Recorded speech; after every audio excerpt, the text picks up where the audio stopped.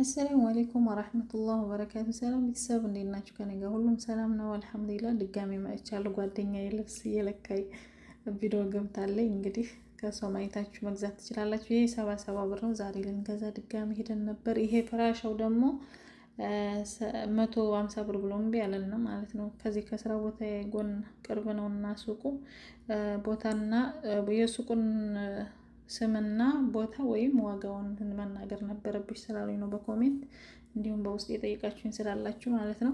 ቦታው ሱቅ ሻጤ ነው ጅዳ ማለት ነው። ተናግሬ ነበር በነገራችን ላይ ልብሱ እነዚህ የምታያቸው እነዚህ 77 ብር ነው እኛ የገዛ ነው። ወይኔ አረቦችን ነው የምትመስሉት ስትለብሱት ራሱ በጣም ነው የሚያምረው። ትንሽ ወደድ ያለው ዋጋውን ያልወደድኩለት ቢኖር ይሄ ቢንኪው 120 ብር ብሎ ያለና ግን እስከ 100 ይሸጣውን ብዬ አስባለሁ። ያንኛው ፍራሻው ትልቁ ጥቁሩና ነጩ ደግሞ 150 ብር ብሎ እምቢ ብሎና እነዚህ ግን 77 ብር ናቸው።